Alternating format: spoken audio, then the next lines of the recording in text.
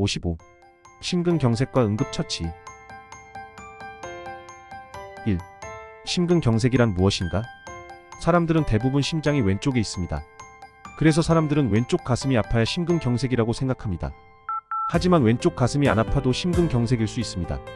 심장 통증을 느끼지 못하는 경우가 여기에 해당되는데요. 80대 노년층, 장기간 당뇨를 앓고 있는 환자, 당뇨로 인해 신경막이 손상된 환자가 그 예들입니다.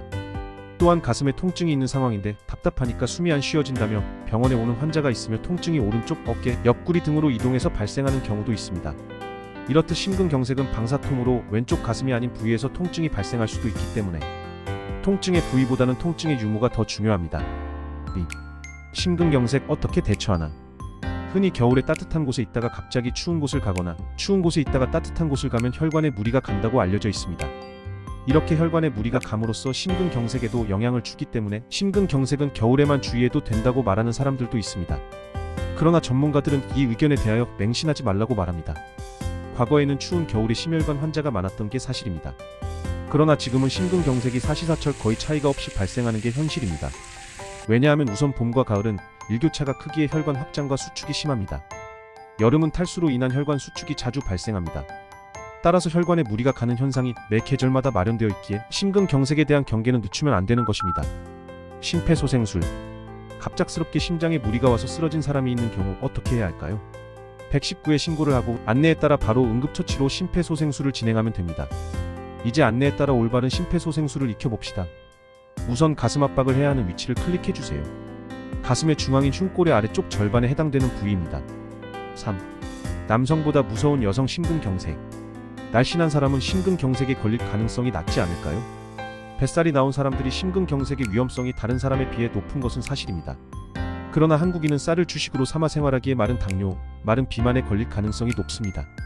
즉 외형상으로는 비만이 아니더라도 복부 비만인 경우나 혈관에 이상이 있는 경우가 많습니다.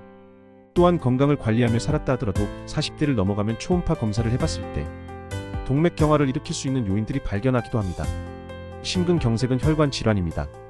이 점을 유의하여 심근경색의 가능성을 주시해야 할 것입니다. 아직 심근경색은 젊은 층에서의 발병은 낮은 편입니다. 그러나 드물지만 심근경색으로 인한 30대 돌연사가 발견됩니다. 이러한 젊은 층 심근경색의 원인 첫 번째는 어릴 때 식습관, 비만, 당뇨 여부에 달려 있습니다. 요즘은 어릴 때부터 식습관을 풍요롭게 가질 수 있는 환경이기에 그만큼 일찍 비만과 당뇨에 걸릴 수 있습니다. 두 번째는 흡연과 불규칙한 식사입니다. 특히 젊은 층은 바쁘게 살다 보니 불규칙한 식사를 가지는 경우가 많은데 이것이 혈관 관리에 악영향을 줄 수 있습니다. 세 번째는 고혈압, 당뇨 등의 위험인자가 원인으로 집안에 그러한 내력이 있다면 나이에 관계없이 주의를 하는 게 좋습니다. 56. 건강과 교통안전. 1. 건강하지 않으면 졸음운전. 보행안전. 보행안전은 간단하게 지킬 수 있는 규칙이지만 간단하게 되려 부주의하게 여기는 안전 요소이기도 합니다. 보행할 때 안전을 지키기 위해 해야 할 일들에는 무엇이 있는지 알아봅시다. 다음 보행안전을 지키기 위한 도로 횡단 5원칙의 각 순서들을 클릭하여 올바른 차례대로 배열해주세요. 아이들의 안전한 보행을 위해선 아이들이 갖고 있는 행동 특성을 이해할 필요가 있습니다. 우선 조급성입니다. 초등학교 저학년의 경우 항상 뛰려는 특성을 갖고 있습니다. 그런데 여기서 주의할 것이 찾기를 위험하다는 말이 되네요.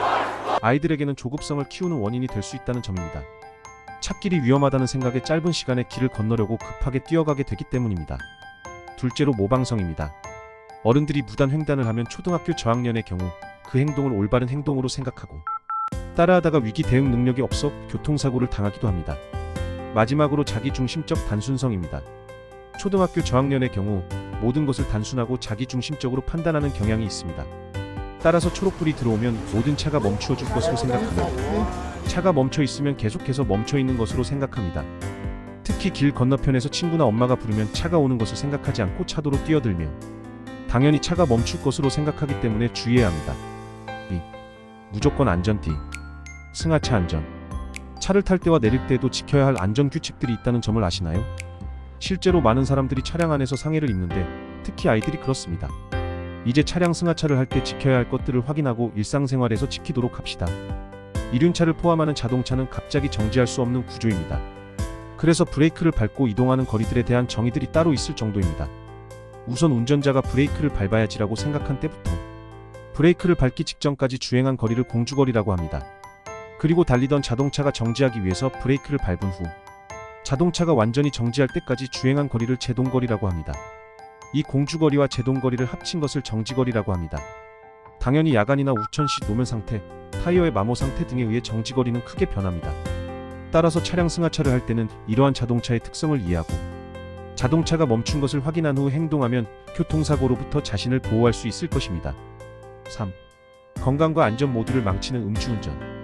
우리나라 자동차들의 운전석은 차량의 왼쪽 자리에 위치해 있습니다. 그렇다면 운전을 오래하면 운전자의 왼쪽 귀에 난청이 오지 않을까 의심해보는 사람도 있을 것입니다. 답은 맞습니다. 창문을 열고 운전을 오래 했다면 왼쪽 귀에 난청이 온다고 합니다. 대표적으로 운전을 오래하는 택시운전사, 소방관 등의 직업은 난청 위험 직업이라고 할 수 있습니다. 따라서 오랜 시간 운전을 할 일이 있으면 창문을 닫아야 난청을 막을 수 있습니다. 57. 생명을 보호하는 직업 안전. 1. 반복되는 건설 현장 안전사고. 건설 현장은 쇠와 돌덩어리들을 재료로 삼고 지상으로부터 높이 올라간 위치에서 작업을 하는 경우가 다반사며 도구들도 날카롭고 단단한 것이 특성이고 실제로 사방이 안전사고의 위험 가능성이 높은 환경이라고 해도 과언이 아닙니다. 그래서 그 어느 곳보다도 안전에 대한 강조를 하며 그에 대한 개개인의 주의도 필요할 수밖에 없습니다. 업무상 사고 사망자 수를 보면 모든 직업 안전사고들 중에서 건설업에서 가장 높으며 거의 50%에 육박하는 점유율을 보여줍니다. 전문가들은 건설업에서의 추락사고의 40%는 헬멧 미착용으로 발생하고 있음을 지적하며 헬멧과 보호장비만 제대로 착용해도 이와 같은 사망사고를 큰 폭으로 낮출 수 있다고 조언합니다. 안전사고를 막기 위해 산업 현장에서 지켜야 할 4대 필수 안전수칙이 있습니다. 첫째, 실제 사례의 원인과 예방법 알기가 있습니다. 이를 통해 기계 설비 등 위험 요인으로부터 근로자를 보호하기 위하여 작업 조건에 맞는 보호구를 지급 착용해야 합니다. 둘째, 안전보건 표지를 적극적으로 활용하는 방법입니다. 위험 장소, 설비, 작업별로 안전보건 표지를 부착하여 위험 요인에 대한 경각심을 계속적으로 제공해야 합니다. 셋째, 안전보건 교육을 주기적으로 실시하여 사업주와 근로자의 안전의식 및 경각심을 고취시키는 일도 필요합니다. 넷째는 안전작업 절차 지키기입니다. 정비, 보수 등의 비계획 작업 또는 잠재 위험이 존재하는 작업 공정에서 지켜야 할 안전 작업 절차를 제정하여 안전한 작업이 가능하게끔 유도해야 합니다. 미. 과로와 재인정. 산업안전보건법상 안전사고 관련 제반 용어는 크게 4가지로 분류됩니다. 우선 사고는 불안한 행동과 상태가 원인이 되어 재산상의 손실을 가져오는 사건을 말합니다. 그리고 재해는 사고의 결과로서 생긴 인명의 상해입니다. 사고와 재해는 재산과 인명상해라는 분명한 차이가 있어 보이지만 때로는 재해가 사고를 포함하여 인명의 상해와 재산상의 손실을 함께 아우르는 경우도 있습니다. 하차 사고는 인적 피해와 재산 손실이 없는 사고를 말합니다. 그리고 중대재해는 사망자가 1인 이상 발생, 3개월 이상의 요양을 요하는 부상자가 동시에 2인 이상 발생, 부상자 또는 직업성 질병자가 동시에 10인 이상 발생한 재해를 일컫습니다. 3. 특성하고 실습생의 눈물. 안전이 열악한 환경에서 성추행을 당하거나 부상을 입고 심지어 사망까지 이른 학생들의 소식은 사회에 큰 충격을 주었습니다. 그에 따라 현장 실습에 대한 비판의 목소리가 쏟아졌고 조기 취업 형태의 현장 실습을 전면 폐지해야 한다는 얘기까지 나올 정도였습니다. 그러나 시간이 흐르며 전면 폐지는 현실적으로 부적절하는 여론이 커졌고 결과적으로는 학생 안전을 확보하면서 일부 조기 취업을 허용하는 방향으로 대책을 선회했습니다. 그렇게 해서 나온 절충안은 크게 보면 현장 실습, 학생의 안전이 확보된 경우를 전제로 동계 방학 전이라도 채용할 수 있도록 한 것이 특징입니다. 이 대책에 따르면 교육부는 우선 고용부와 중기부 등의 관계부처들과 협업하여 안전한 현장 실습 제공이 가능한 현장 실습 기업 후보군을 학교에 제공하기로 했습니다. 이를 위해 시도교육청은 지자체, 지방고용청, 지방중기청, 지방상공회의소 등과 연계협력해 일정 기준을 충족하는 업체를 현장 실습 선도기업으로 인정하는 작업을 합니다. 그리고 취업이라는 명제에 쓸려 목적 면에서 애매하게 운용됐던 현장 실습이 교육과정 이수를 위한 수업 방법의 일환임을 명확하게 하기로 했습니다. 그래서 초중등 교육법의 근거를 마련하고 산업체 현장 실습이 학생의 선택에 따라 참여 운영될 수 있도록 교육과정 총론을 개정하기로 했습니다.